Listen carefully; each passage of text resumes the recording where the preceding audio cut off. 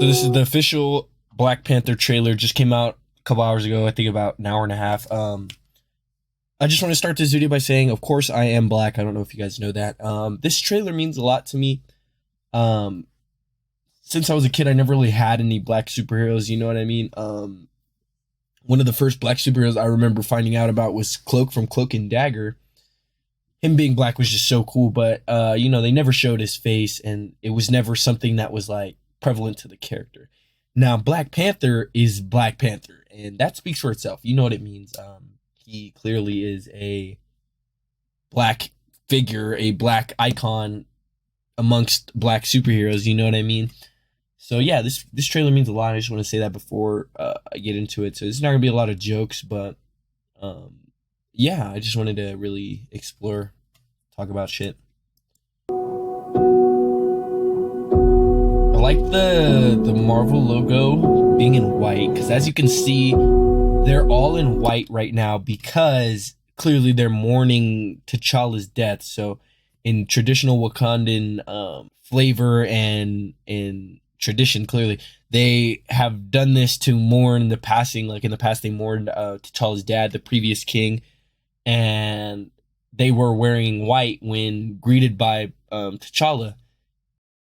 So I did want to mention how in this brief scene we can see how Okoye is wearing her traditional attire, but when it comes to T'Challa being mourned, she is no longer wearing the traditional attire. She's wearing the white attire as seen here. But I'll put that picture on the screen now, but yeah, let's continue. I love the symbolism of Shuri with her head down, staring at the mask, versus T'Challa's mom being so desensitized to death that she's seen it in her family, especially so much, and her country. And I assume it's just hard for her, you know what I mean? Just so much conflict and death around her husband, her son. It's just too much, you know what I mean? And you can see, but whereas her daughter, who is somebody who's just becoming, you know what I mean, becoming a full-fledged adult and having to act on her own accord instead of being just that younger sister, she's going to have to grow up, mature, you know what I mean? So it's showing her kind of, for the first time, be real affected by something like this. Like, she's really hurt, whereas her mom is hurt and is in disbelief and belief at the same time, which I think is very beautiful.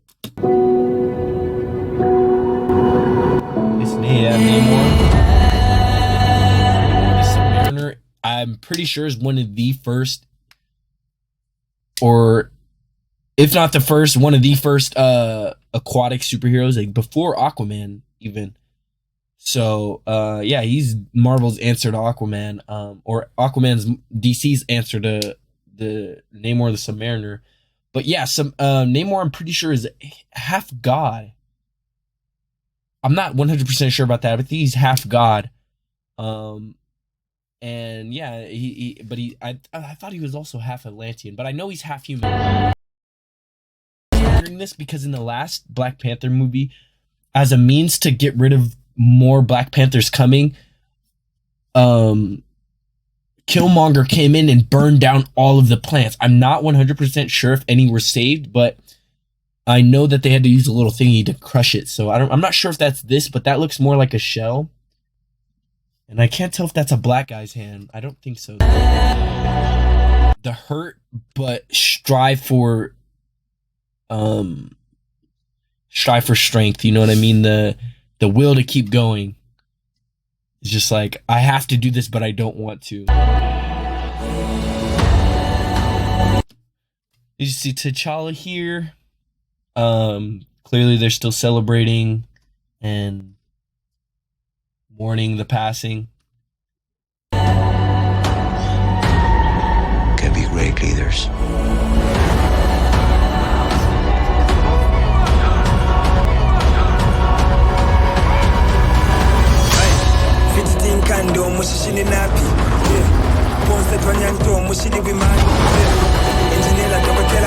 So I'm not 100% sure why the humans are going for the water. I think that's going to be one of the rising conflicts and the reason why they fight. because in the comics, I'm not 100% sure, but I'm pretty sure that the Atlanteans are invading and have a problem with the Wakandans. I don't know why, but in the comics they do. And a lot more recently, Namor has been becoming more of a kind of like how Aquaman was in the Flashpoint movie, just a power figure, somebody who's not worried about saving lives. He's not really a superhero. He's more of an anti-hero. He cares about his people, and when it comes down to it, when he's recruited for a team, he is a hero, but you know what I mean? That's not his goal. His goal is to be the king of his fucking kingdom, you know what I mean? So yeah, I think that the conflict will arise in this movie from the humans, since the Wakanda opened up to the humans and allowed them to take part in their resource, you know what I mean? The vibranium.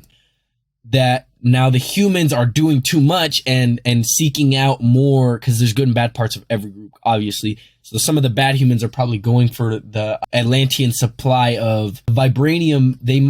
Because in the comics they have their own supply of vibranium. So I'm thinking maybe the humans might be trying to go for more vibranium without the Wakandans knowing. And they found a patch underground, because obviously Atlantis is the lost city. So humans are always in the dark about fucking space.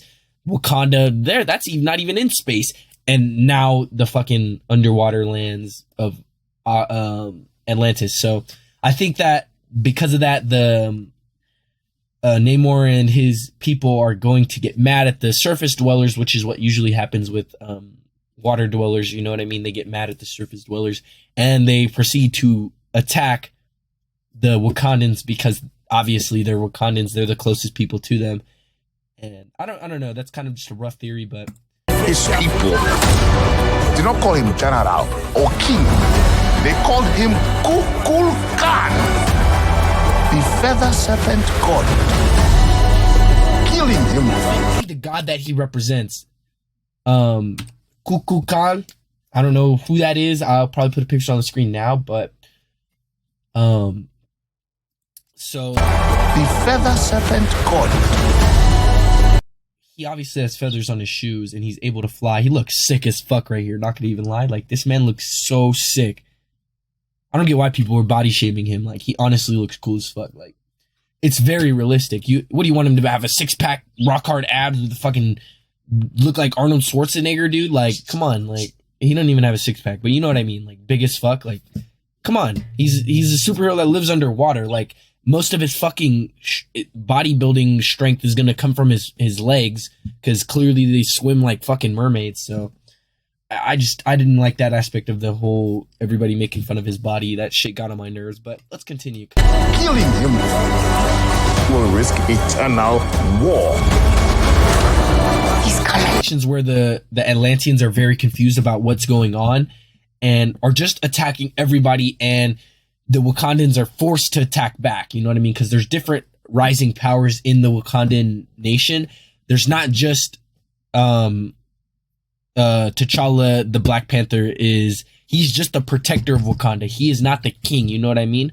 So, well, I think he is the king. I'm pretty sure he is the king, but you know what I mean? He's not the specific leader of each group. There's different tribes that have their own leaders. That's why they're able to challenge T'Challa for any tribe leader to become, or tribe warrior to become, then said leader of Wakanda. So I think that they are confused, and because of this, there is no other way for the Wakandans to respond other than conflict. You know what I mean? Because they always have a conflicting interest on what to do as a nation. You know what I mean? Because there's just so many powers and specific heads that have control and a say in things. So that's my little for the surface world.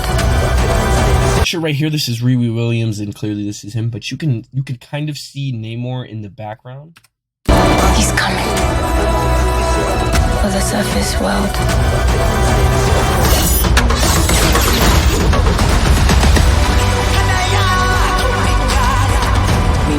No, what? He's clearly face to face with the Queen. What does this mean? Is he going to kill her? I hope not. They have lost their protector.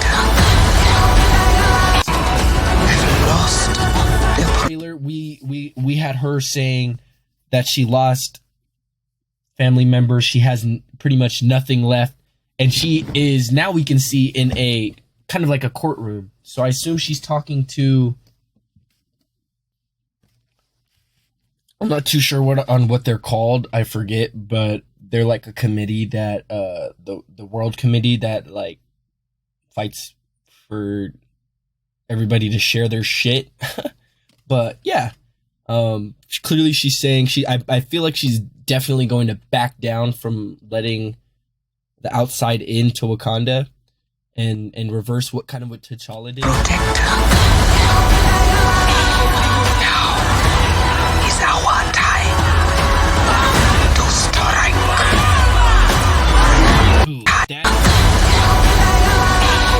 So here, okay, I want to talk about a few things. Here we can clearly see, probably towards the end of the movie, Wakanda's flooding, and it is most definitely because of Namor.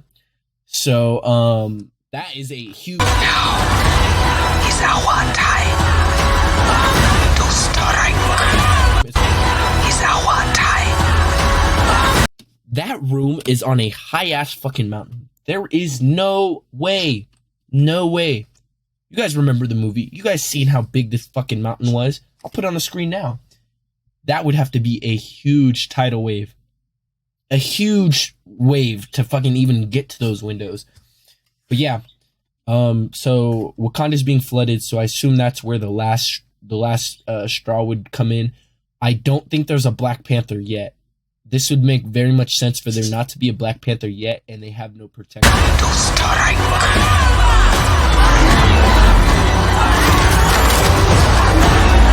Oh, okay, so that's our first image at Riri. Look at the steps off of it. It reminds me heavily, because I really love how Invincible portrayed Flight. The animated series on Amazon Prime. The way Omni-Man explained Flight as kind of being able to step off of anything. Okay. Now with us, we can freely move ourselves through physical space. That's how we fly. So we don't have to pivot on our feet and push off the ground. We can literally push off anything. We can create our own leverage. I really think it's a cool aspect that he is it's probably more of the aspect of him having the flight shoes that he did that, but I still think it's cool that he stepped off of air, you know what I mean, and kind of dodged midair. I think that's very cool.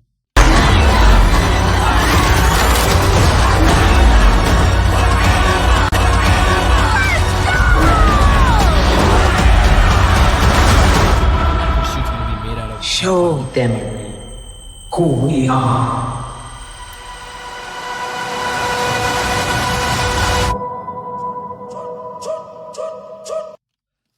Fuck, bro, that definitely, most definitely is Shuri.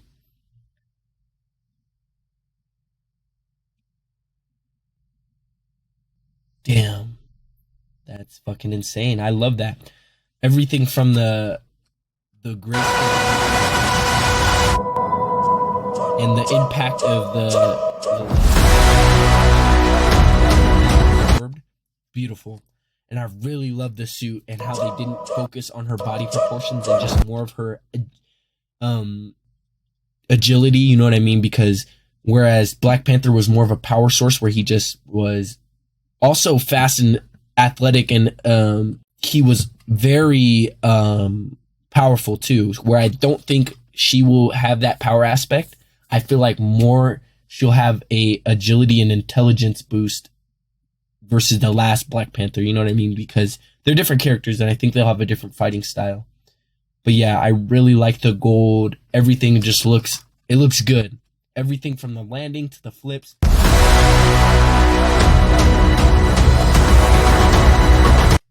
I love it. I love how they have the Black Panther in the subtext and then the Wakanda forever in the Y text, because clearly we don't know how Black Panther died, but this is always going to be a Black Panther movie. 100% a Black Panther movie. But it's not a T'Challa movie. That's the thing. That's the difference. It's not a T'Challa movie. It's a Wakanda movie. It's for everybody. It's the whole Wakandan nation. I just love it. I think that's a really cool thing they did.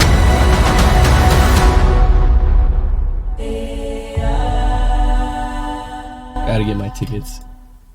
So what do you guys think? Let me know in the comments. Other than that, that's all I got to say. And with that, stay sturdy, my friends.